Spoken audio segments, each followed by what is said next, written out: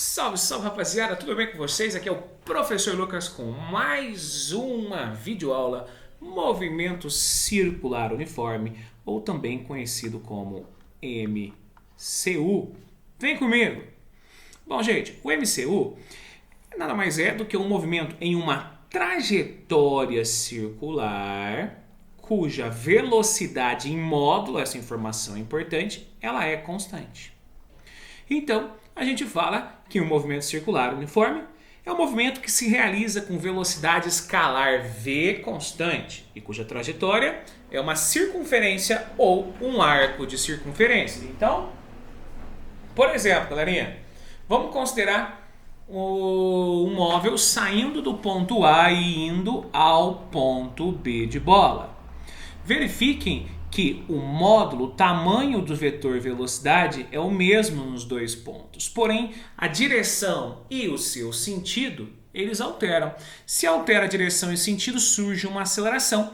E essa aceleração é chamada de aceleração centrípeta.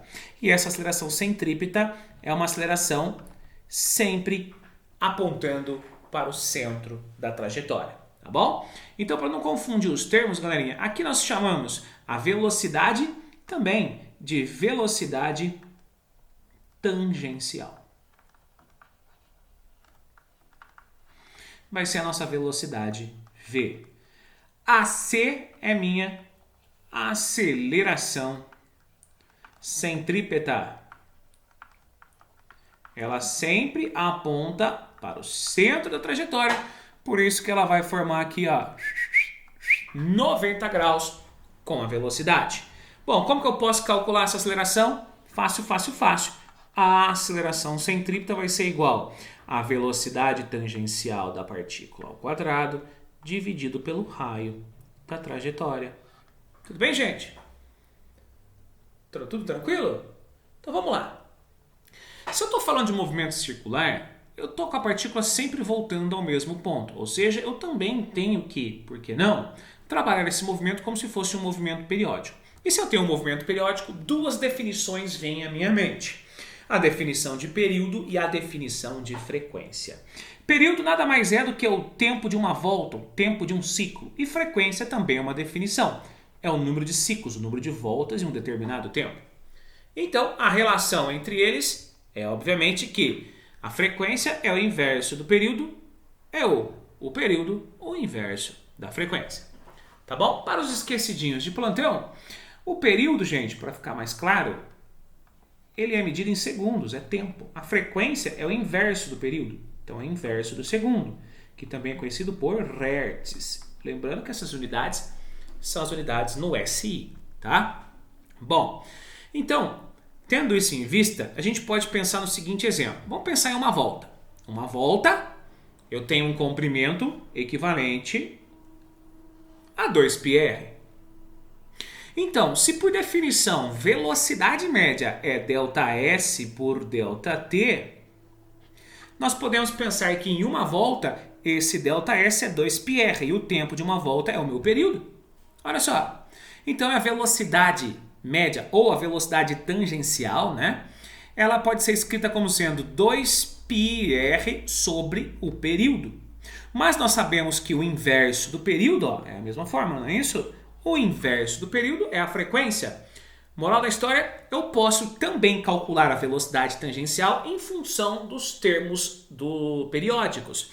Eu posso calcular minha velocidade tangencial fazendo ΔS por ΔT, ou 2πr sobre t, ou simplesmente 2πrf.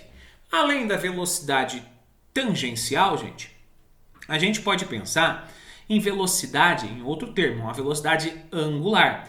É a velocidade, a taxa de variação com que a partícula varre um determinado ângulo. Então esse ômega, ela mede a velocidade angular, Δθ sobre ΔT. No sistema internacional, ângulo é medido em radianos. Então se a gente pensar de novo em uma volta, nós temos para Δθ 2π. E o tempo? 2π, olha lá. E o tempo de uma volta é o tesão, período. Então, nós sabemos que velocidade angular é 2π sobre t. Lembrando que o inverso do período é frequência, eu também posso calcular a minha velocidade angular como se fosse 2πf. Professor, são muitas informações. Meu Deus, como que eu posso encaixar tudo isso? Olha lá, 2πf. Vem comigo. Vamos considerar então essa trajetória circular. Toda trajetória circular tem um centro. Toda trajetória circular, então, até a periferia, tem um determinado raio. Então, imaginemos aqui uma partícula a uma certa velocidade dita tangencial. Nós sabemos que eu posso, além da velocidade tangencial, analisar o que nós chamamos de aceleração centrípeta, porque está mudando a direção e o sentido dessa velocidade. E também temos o que nós chamamos de velocidade angular. É a velocidade com que ele está varrendo um determinado ângulo. É o meu ômega.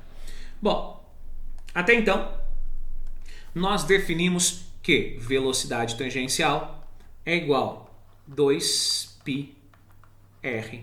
sobre t, ou 2πrf. Sabemos também que velocidade angular nada mais é do que 2π sobre t, ou 2πf. Moral da história.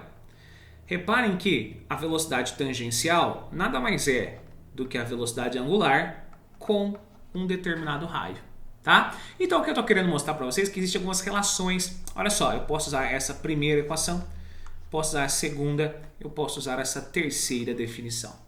Vale lembrar também, pessoal, que nós definimos o que é a minha aceleração centrípeta, porque eu vou ter aceleração centrípeta. É o v quadrado dividido pelo raio. Mas nós acabamos de verificar que v é igual a ômega r, então por que não escrever ômega r ao quadrado sobre r, que é igual a ômega ao quadrado r ao quadrado sobre r. R em cima, r embaixo. Eu posso escrever, por quê? Não, a aceleração centrípeta como ômega ao quadrado vezes r, tá bom?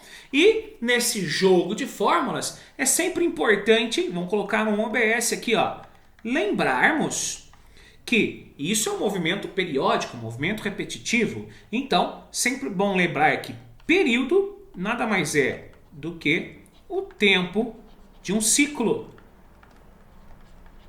E frequência é uma definição, é um número de ciclos completos em um determinado intervalo de tempo.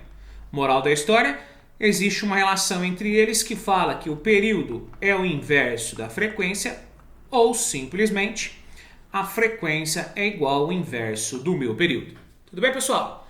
Agora a pergunta é, aonde podemos aplicar esses conceitos?